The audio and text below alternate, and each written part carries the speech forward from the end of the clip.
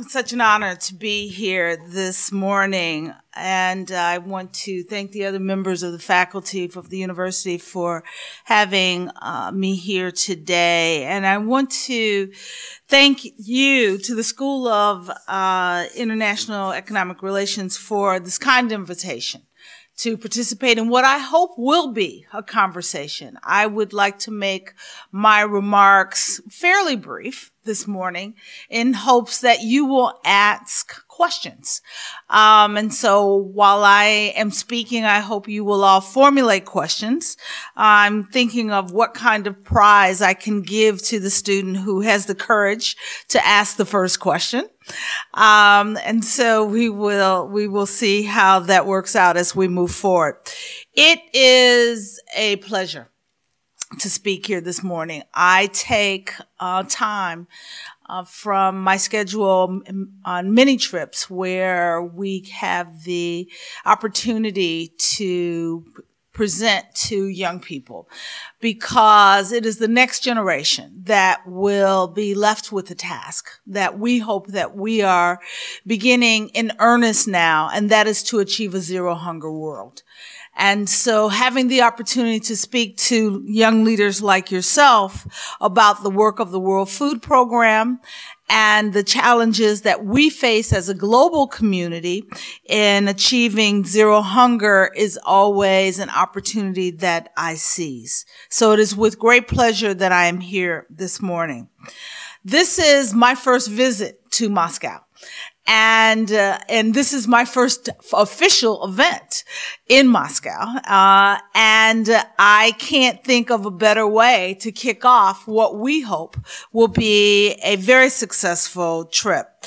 It is important that as executive director, I believe that I am here in Russia now, because Russia has become a very important partner with WFP in our work to achieve zero hunger. Russia provides, through the government, provides unwavering support to WFP as well as to the other Rome-based agencies, the Food and Agriculture Organization, the International Fund for Agricultural Development, in supporting our activities to achieve a zero hunger world. No government works without the support of its people. So ensuring that we can provide the information that is necessary to secure a sustainable and durable commitment from this country for our work begins with having strong support and building the public will of the next generation of young leaders. Who is the World Food Program and what do we do is often a question that I am asked. And so what I would like to do this morning is begin by showing you a short video of the work of the World Food Program. May I?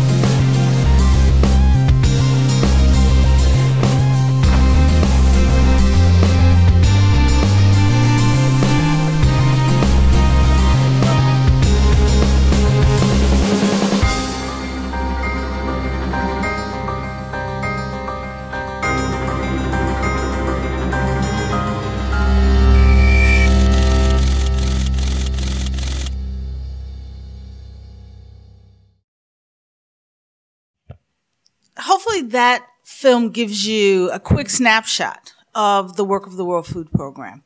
Whether we're talking about hunger, creating food security across the entire global community, or addressing the challenges of malnutrition, which affect the poorest and most vulnerable populations, regardless of their geographic location, WFP is there.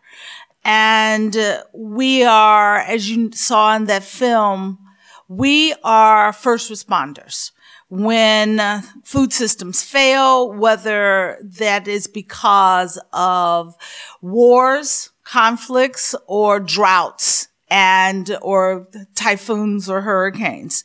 When food is unavailable, when it's available but inaccessible to populations, organizations like WFP, and I say like WFP because we work with over 2,000 partners around the world, we work to respond to the challenges of those who need food.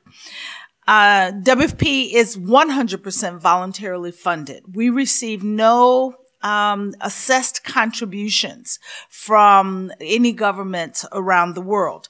However, our largest donations are received from government donors, of which Russia is a significant donor. And Russia has been a significant donor to WFP for over the last 12 years, where we have seen increasing contributions to our work. The work that you saw, our efforts in school feedings that you saw on the film, the Russian government is a significant contributor to school feeding programs in communities around the world. We have a truck program where Russian trucks are used to help us deliver food. We operate over 5,000, a fleet of over 5,000 trucks. And when we work in the difficult places around the world, we are very pleased when those trucks are Russian trucks because they get us there. I can't tell you how many times I have been in the deep field and I am riding on a Russian helicopter. When I am in Iraq or Nicaragua even, we are on Russian helicopters. So having Russia as a partner ensures WFP's ability to deliver. Today, in this conversation with you, I'd like to explore 3 key areas of the world's hunger crisis. First, the current scope of hunger and chronic malnutrition. 7, some key steps we must take to achieve zero hunger in our lifetimes. And third, the importance of addressing these inequities and the opportunities we have regarding sustainability, durability, economic opportunities, as well as ultimately peace and how hunger affects those issues. The scope of hunger. This year, the World Food Program with the Food and Agriculture and the International Fund for Agricultural Development issued their annual report called The State of Food Insecurity. And the official number of people who are food insecure in the world today, 805 million people. That is down 200 million people over the last decade. And the reality of it is still too many people who are food insecure. The majority of those people, in fact, over 90% of them are in developing countries around the world. But the reality is, and we often think about hunger, we think about Africa. That's where the hungry people are, and that's what the world believes. But in reality, the largest number of people who are food insecure is in Southeast Asia because the population numbers are higher. So in China, you have over 100 million people who are food insecure. In India, closer to 300 million people who are food insecure. In Africa, what you have is a larger percentage of population that is food insecure than you do in other parts of the world. But in gross numbers of people who are hunger, Asia is the primary target. The other issue that is often unknown by the majority of the global population is that 60% of those who are hungry are women. In too many of our cultures, women eat last. And as a result, when we talk about adult malnutrition and hunger, we are too often talking about women. 165 million children are chronically malnourished in the world today. And those numbers again are the large numbers are the largest numbers are in Southeast Asia. But as a percentage of population, the numbers are higher in Africa than they are in Asia. In reality, we have a problem. We have a problem that is a global problem. And that is why I'm making the difference in where the population of hungry people are. Because what we also know is that whether you're talking in the United States or the UK or even Russia, there are populations of poor, vulnerable people everywhere in the world. Much of it is related to access to food as opposed to availability of food in the developed world. It is people who are poor do not have access to food. And we know that a quarter of all children in the world today, under 5 years of age, are stunted. When we say stunted, we mean that because of micronutrient deficiencies, those children will not achieve to their full mental or physical capacity. In many countries, we thought for years the population is just short. But we know that in reality, the population is short because they have not, a majority of the children in that population, or too many of the children in those populations have not received the appropriate micronutrients. We also know that children who are stunted, as I noted, not only fail to grow physically, but mentally. And as a result, they underperform in schools. As adults, they earn less in wages. And as a part of the community in a country, it results in reduced economic opportunity for those countries. We also know that when girls are stunted, they are more likely to give birth to stunted children. We know that when girls do not have access to the appropriate micronutrients, that they marry early, they have more children, they earn lower wages, they have poor health, and they often spend their lives in poverty. And stunting occurs in all parts of the world, but in too many countries like Afghanistan, Guatemala, and Yemen, the list is long and I could go on. More than 1 out of every 2 children is stunted. What would that mean in this room? It would mean that every other person would be stunted. So think about it. The far-reaching effects of development and the impact that that has on the future of the global community. Sometimes the effect of hunger is even more severe, especially when conflict drives hunger and poverty. Many of the world's hungry people live in fragile, resource scarce, and degraded environments. And that, as a result, they do not have access to the opportunities to move beyond their economic or their food security situation, regardless of what happens in the macroeconomics of the country. In other words, because of lack of access to food, to the appropriate micronutrients, when the economy in a country grows, without intervention, those populations will not benefit from that increase in economic opportunity. They lack the intellectual capacity. They lack the physical and mental ability to achieve even when opportunity becomes a reality. Take the example of Yemen. In Yemen in the 1970s, just over 30% of the children were stunted. Today, it is worse. Almost 60% of the children suffer from stunting. So without food security, without nutrition, it is impossible to achieve stability across an entire population because of the potential detrimental impact of stunting and malnutrition on the poorest in that population.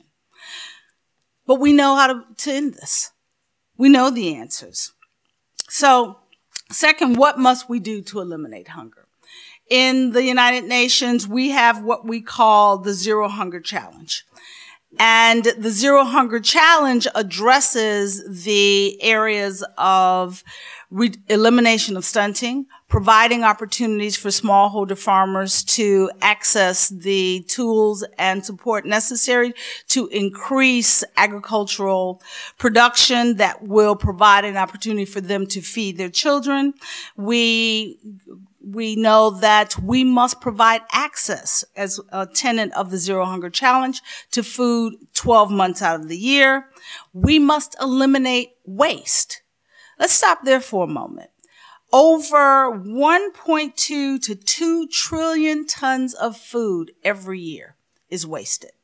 Some would argue that we produce enough food so that everything I've said to you so far would not be true if food was not wasted. But the reality of it is, where the food is wasted too often is not where the people are hungry. In the developed world, where food is wasted, it is wasted at the grocery store level because of what is not purchased and thrown away, and at the consumer level. Between 40 to 60% of all food purchased by consumers in the developed world is wasted, thrown away, uneaten. So those are consumer behavior issues. In the developing world, it's much more about the food that is wasted because of lack of infrastructure. 40% of the food that is produced in sub-Saharan, that is harvested in sub-Saharan Africa today, is lost through lack of infrastructure, poor post-harvest handling, lack of market access, lack of storage. And as a result, that food does not reach those in the areas that where the food is required, even when food in the same country may have been harvested. It does not reach into the areas where those who need it, does not reach the areas of those who need it most. And so eliminating waste presents an essential opportunity for us to achieving zero hunger. So we know what needs to be done. We have the knowledge to address these challenges. But the reality of it is, what it will require is a global commitment to sustainable and durable change. Change in consumer behavior, as we've talked about, in how we waste food. Change in access to more nutritious food. It is not just about kilocalories consumed, but what kilocalories are consumed. In the developing world, it is about ensuring that we can provide the micronutrients that are necessary to address the micronutrient deficiencies. With smallholder farmers, it is about creating the opportunities for agricultural value chain improvements across the entire value chain, not just increasing the quality and quantity of smallholder yields, but ensuring that there are reliable markets for those increased yields that will provide an opportunity for smallholders to not only consume the appropriate foods for themselves and their children, but provide more opportunities for economic progress that will ensure children can go to school, that there is economic opportunity opportunity for the entire community and not just for those who are able to access it. It will require that we ensure that all of our agriculture is sustainable. And that means learning the lessons from the past and reducing the impact of agriculture on climate. If we are going to ensure that the changes that we make that provide an opportunity for us to feed ourselves today and our children today also result in an opportunity for your children to feed themselves tomorrow. Because agriculture today is responsible for about 40% of the carbon abuse in our environments that we must overcome with smarter use of agricultural production. So, what difference will any of this make? The reality is we cannot and will not achieve a peaceful world without a food secure world.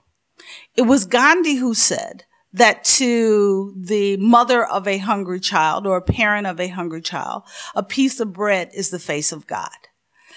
And we know that where there is food insecurity, there is lack of stability in economies. We know that, as we've just discussed, where there is chronic malnutrition, there is an impact on economic development and opportunity in governments. We know that our failure to ensure that food is not only available but accessible will lead to continued inequity across the global community. And so the reality is, if we want a world that provides opportunity for all of us, then we must ensure that there is food security and we eliminate malnutrition for all of us as well. And that also means that we need to spend an inordinate amount of resources supporting women.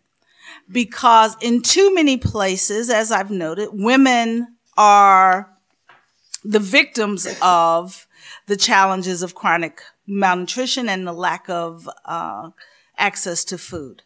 But we also know that because in many countries around the world, women are the smallholder farmers. And so when we invest in appropriate seeds and tools for women, we know that we make a significant impact on the productivity of smallholder farmers. In fact, some have estimated that simply providing access to more productive resources, more seeds and tools for women would increase women's yields by up to 30% and immediately lift 150 million people out of hunger. And so there is a direct investment and a direct outcome, a positive outcome for the investment in women. So the facts are clear. We have an opportunity in front of us. We can stop 805 million people from being chronically malnourished. We can address the challenges of chronic malnutrition. Many have said it is an impossible task, that there have always been hungry people since the dawn of civilization, or since the dawn of man. And when men did not have access to food, there's always been the challenge of those who were hungry versus those who were not. But the reality is, it need not be this way, merely because it's always been this way. And it was Nelson Mandela who said, it always seems impossible until it is done. And we have the tools. We have the capacity. What we lack is the public will and the sustained commitment, the multi-year commitment that is required to invest in those who need the support the most in order to make the change that is required. It is an opportunity that we, my generation, will begin the work, but your generation will be asked to complete if we are to achieve zero hunger by 2030. It is in all of our benefit, wherever we are in the world, whatever we choose to do to achieve this goal of zero hunger. I look forward to your questions, and I look forward to hopefully one of you asking me the question of how can I do what you do at WFP and how do I become part of this team? Thank you all very much. Thank you, Ambassador Казин. Please, your questions. Okay. May I have the floor, please? Yeah, please. Thank you. Honorable delegates, Honorable Ms. Казин, thank you very much for coming. It's a rare opportunity to meet such remarkable persons, even here in МГИМО. So the question I have, we have been talking about Ukraine situation a lot recently. And, well, politics are politics, but throughout history, our nations have been very close. I am half Ukrainian myself. So the question I have, will something be done about the situation in Ukraine, like the humanitarian help? Because despite the help our government provides, it's clearly not enough. Maybe the WFP has some kind of a plan or suggestions. Thank you. Would you present yourself? Sorry. My name is Oleg. I'm doing a junior year as a future international economist with knowledge of Japanese and English and Spanish. Impressive. Great first question. In fact, WFP did not have a program in Ukraine before the conflict began, because this was a country where the population was working to feed itself, even in the rural areas. We have, since over the last 6 months, and our representation there continues to grow. We have now fed approximately 30,000 people there. And the humanitarian community is working to scale up our efforts there as more people are internally displaced. In fact, we received a $5 million contribution from the government of Russia just this week to support our scale up to 120,000 people in the Ukraine. Our reality is that we, in situations like Ukraine, work to support the victims of failed political solutions. As humanitarians, we are not involved in the politics. What we do is ask that governments ensure that we have access to the populations in need, and we support those who require our assistance, regardless of what side of the conflict they are on. We are hopeful that the Ukraine situation will resolve itself quickly, and that because today we too often see failed political solutions that go on for very long periods of time, impacting food security of the population. Syria is a great example of this, where Syria was a net exporter before the conflict began. In the last 2 years, they have lost close to an estimated 50% of their agricultural production as a result of the conflict. That's what happens to countries during times of conflict, resulting in the need for the humanitarian community to do ever more. And what we are doing and will continue to do in Ukraine is ensure that those who are the victims, as I noted, on whatever side of the conflict, receive the humanitarian assistance that is required. Thank you. Please. Your questions, please. Hello, I'm Piotr Lomakin, and I'm postgraduate in this university. And the topic of my dissertation is connected with food security. And as you know, the main thing in providing food security is to see some risks especially food crisis, maybe, and what attention do you pay to forecast such food crisis, and maybe you have some instruments to prevent them? Well, I love that question. What instruments do we use? And maybe we have some instruments to prevent food crisis. We work with the Food and Agriculture Organization as well as with other governments who have predictive instruments in determining droughts and floods. Well, not floods so much, but to determine droughts. And the potential impact of droughts or other natural disasters on vulnerable populations. We have a tool called VAM, which gives us a predictive ability of the food security of populations by doing, we perform surveys, using all available meteorological as well as other, agricultural related data. And I may actually ask one of my colleagues, Carlos Carmel, who was, before he was the deputy of our region for this area, was in charge of our climate area, to talk about some of the work that we are doing at WFP in response to climate change. But the reality is, when you say, what do we do to avoid, we work with vulnerable populations to build resilience. And what does that mean? It means ensuring that smallholder farmers have access to drought-resistant or drought-tolerant seeds. It means that we work with organizations to do agricultural diversity so that the agriculture has less detrimental impact on the soil, or the crops that are grown have more durability to either droughts or floods. It means we work to build what we call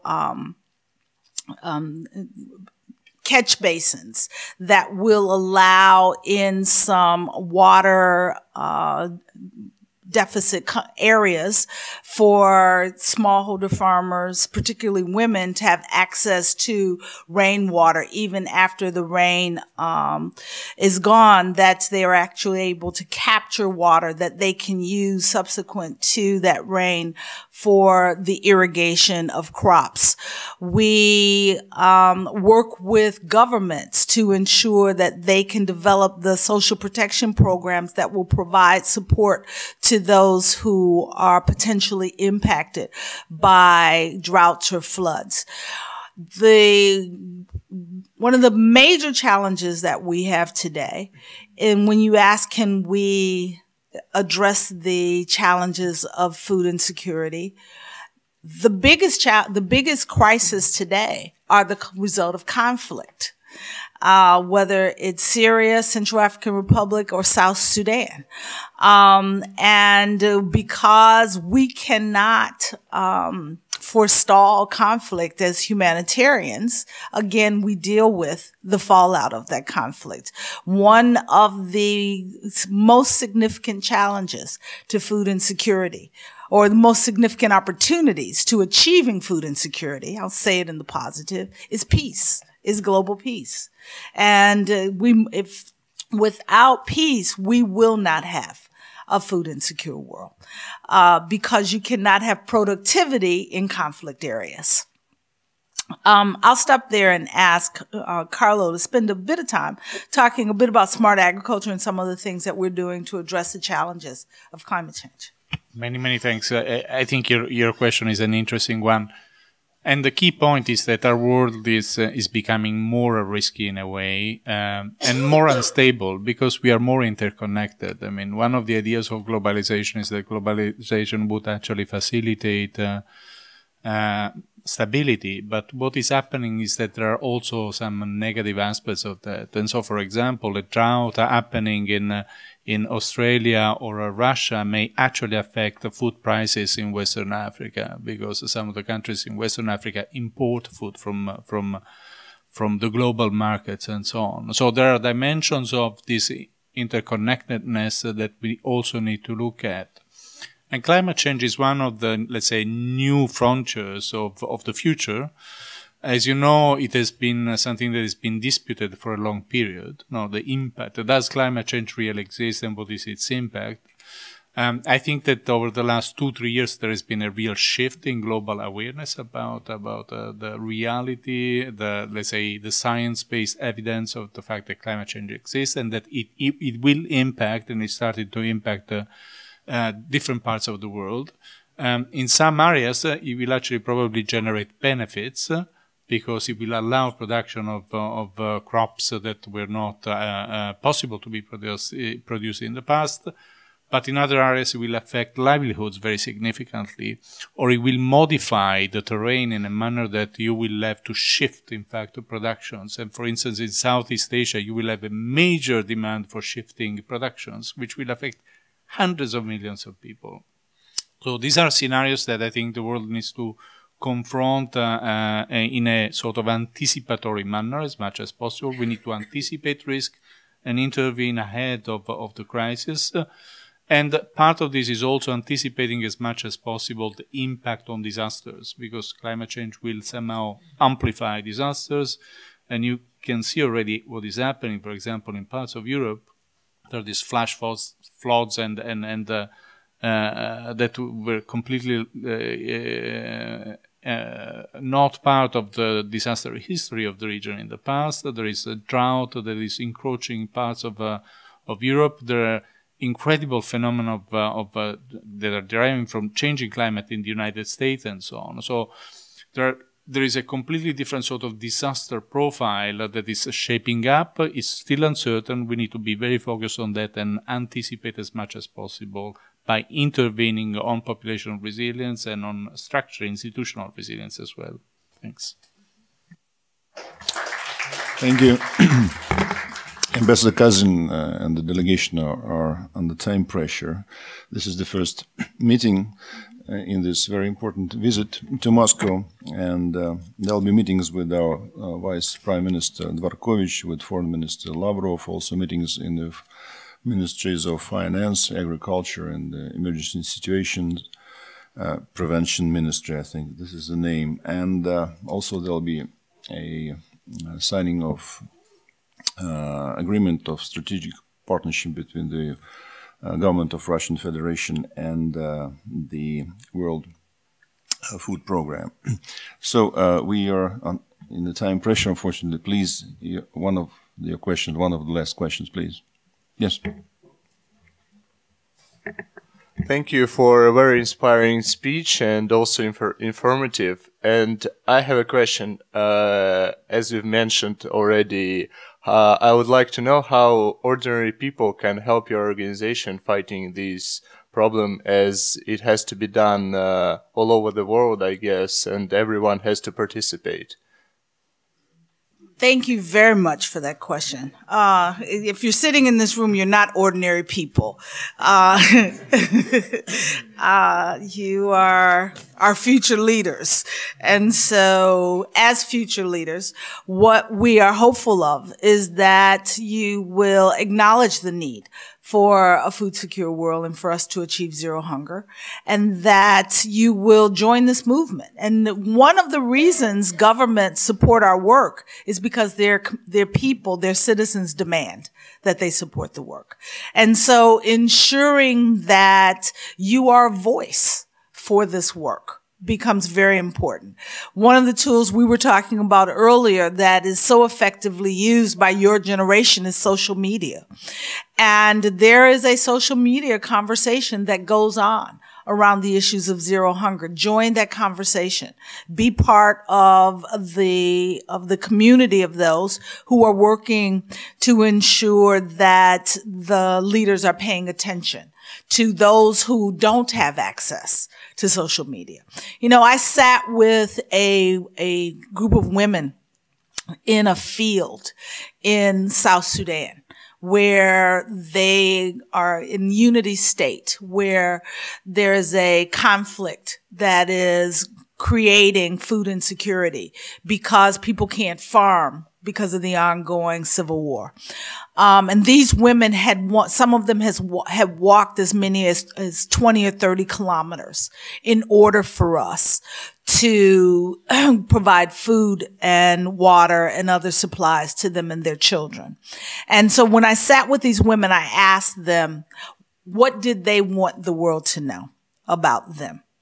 And they all started talking to each other very quickly in their native language. And then one of them spoke up to me and said, first of all, we thank you because we don't have voice and we don't think people see us and nobody cares about us.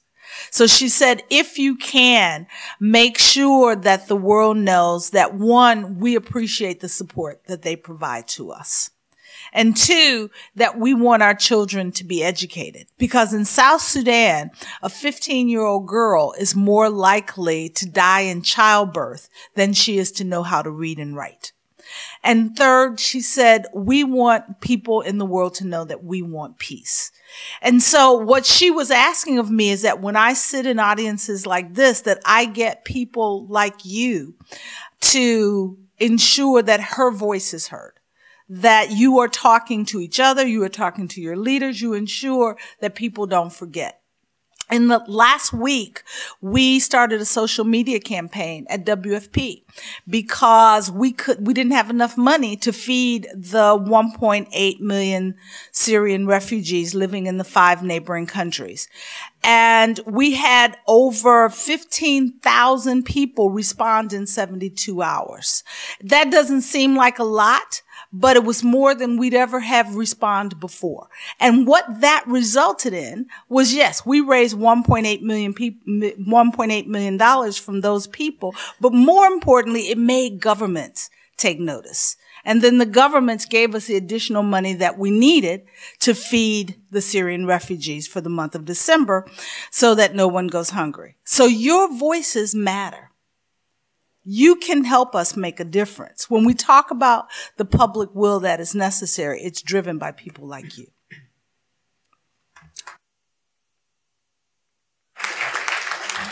Thank you. And I will ask the last question, if I may. 60% of our students are young women, and would you give an advice to them, especially for all the students and as future leaders, we consider them future leaders, and especially for young women? How come you come to Moscow in your capacity of executive director of the World Food Program? Thank you very much. First of all, I'd say to the young women in the room, sit up front. Don't let these men all sit up front and ask all the questions. I am always disappointed when I come into a forum like this and no woman asks me a question. Makes me sad.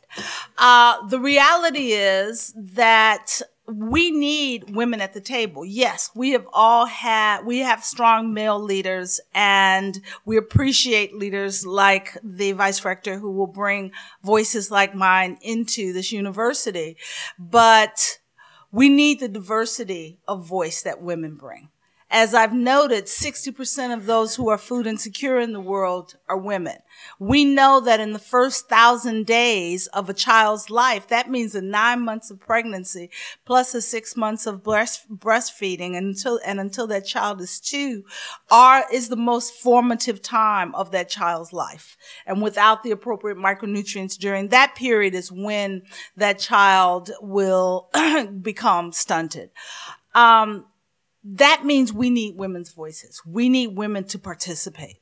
We need women to take on roles in organizations like WFP or in your own government to ensure that we have the diversity of voice that is required to make the change that is necessary. So don't leave it to the men. Step up, lead. We need you. Thank you. I would like to thank Ambassador Казин and the delegation for coming here and for a very inspiring presentation and talk to the students. And I hope you can come on other occasions to our university and to update us on the problems of our universe. Thank you very much, and I know you have a very busy schedule. We have to leave. Thank you. Thank you.